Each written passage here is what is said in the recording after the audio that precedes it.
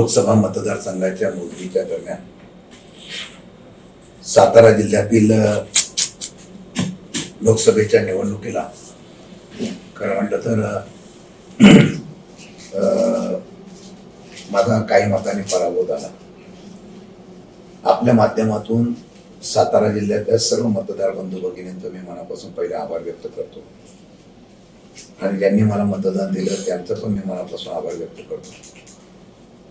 खरं म्हटलं तर ही निवडणूक मागच्या वेळेला जी निवडणूक झाली पण मागच्या निवडणुकीमध्ये श्रीनाथ पाटलांच्या निवडणुकीला पक्षाचे बरेच आमदार नेते हे राष्ट्रवादी काँग्रेस पक्षाबरोबर एक संगतीने होते।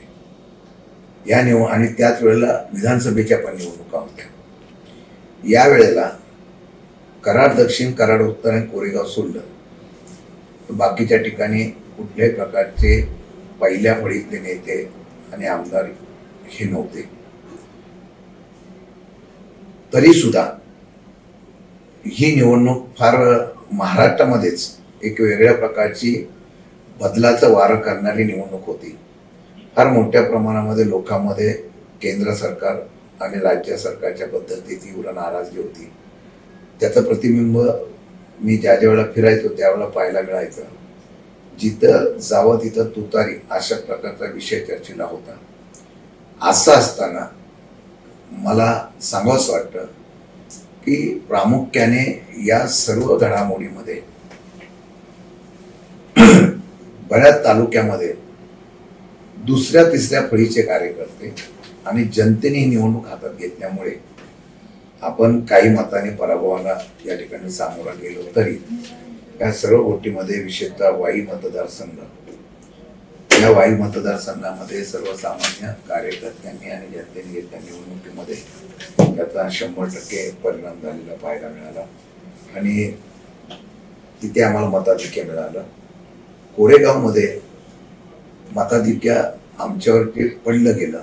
त्यामध्ये अजून आकडेवारी माहीत नाही, परंतु साधारणतः अशी चर्चा आहे की जिथं उदयनराजेंचा सातारा तालुक्यामध्ये आणि शिवेंद्रराजेंचं आणि आमदारांचं एकत्रित प्राबल्य आहे त्या मतदारसंघामध्ये त्या काही गावामध्ये फार मोठ्या प्रमाणामध्ये त्या ठिकाणी बदल झालेला पाहायला मिळाला। त्याचबरोबर मोठ्या प्रमाणात म्हणजे काही प्रमाणात बदल पाहायला मिळाला। त्याचबरोबर जिथे त्यांच्या जमिनीवर शिक्के आहेत अशा काही गावामध्ये काय परिस्थितीमध्ये कोरेगाव मतदारसंघामध्ये हे सगळं पाहायला मिळालं। विशेषतः पाटणमध्ये मी मनापासून कार्यकर्त्यांचा तिथल्या नेत्यांचं आभार मानेल। सत्यजित पाटणकर असतील आणि त्यांच्या सर्व सहकाऱ्यांचा मनापासून आभार व्यक्त करेल की पाटणमध्ये त्यांनी चांगल्या प्रकारचं या ठिकाणी काम केलं आणि त्यामुळे अपेक्षित नसलं पाटणमध्ये आम्हाला आघाडी मिळाली। साताऱ्यामध्ये जे आम्ही अपेक्षित केलं होतं त्यामध्ये ती तशा पद्धती मागच्या वेळेला 45,000च्या वरती असलेलं मताधिक्य यावेळेला घटलं आणि ते 36,233 वर आलं। यामध्ये जावलीमधून मला मिळालेलं 7 ते 8 हजाराच्या वरचं मताधिक्य हे जावलीकरांनी दिलेल्या मताधिक्यामुळे इथनं मताधिक्य घटून त्या ठिकाणी बळाचा वापर केला गेला, आर्थिक वापर केला गेला आणि त्याचबरोबर काही प्रमाणात बोगस झाला अशा प्रकारची चर्चा पण आहे। आणि या तरी सुद्धा तिथल्या मतदारांनी सुप्तपणाने निवडणुकीच्या माध्यमातून मतदान केल्यामुळे 36,000 पर्यंत आम्ही मताधिक्य त्यांचं थांबवण्यास यशस्वी झालो। आणि हे सर्व करत असताना कराड दक्षिण आणि कराड उत्तरमध्ये मागच्या वेळेला मिळालेलं मताधिक्य लक्षात घेता यावेळेला हे मताधिक्य काही प्रमाणामध्ये कमी जरी झालं तरी तेवढं मिळेल अशा प्रकारची एक अपेक्षा होती। परंतु दुर्दैवाने त्यामध्ये आम्ही अनपेक्षितपणे जे मताधिक्य आम्हाला मिळालं ते एवढं अल्प मिळालं। त्यामुळे ह्या पराभवाच्या संदर्भामध्ये ते एक मुख्य कारण झालं।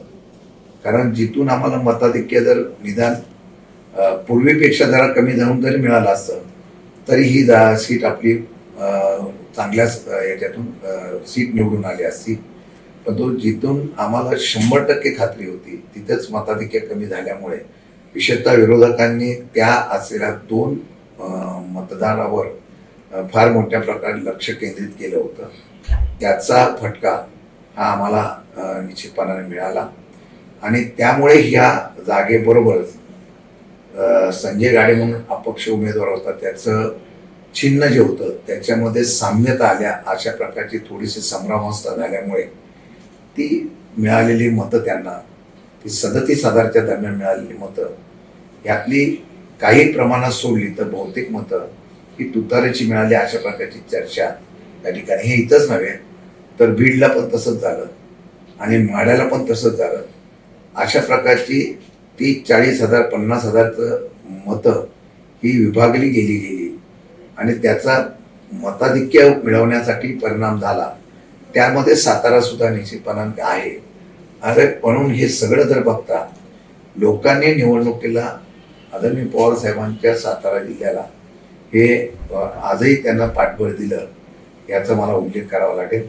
विशेषतः सर्वसामान्य लोकांच्या कार्यकर्त्यांच्या बरोबर ही निवडणूक आम्ही लढलो आणि ती निवडणूक लढत असताना ती निवडणूक आम्ही काही प्रमाणामध्ये सगळी यंत्रणा, सगळी शक्ती, सर्व हे मोठ्या प्रमाणात वापरलं गेलं तरी सुद्धा त्यामध्ये लोकांनी प्रामाणिकपणाने या ठिकाणी सहकार्य केलेलं आहे आणि हे सहकार्याच्या बाबतीमध्ये मी साधारणतः 5,38,000 मतं ही आम्हाला देण्याच्या बाबतीमधला जनतेने केला विश्वास, एका सामान्य कार्यकर्त्याला लढाईच्या दरम्यान दिलेली साथ ही आपण मी विसरू शकत नाही, त्याचा मी आभार मानतो.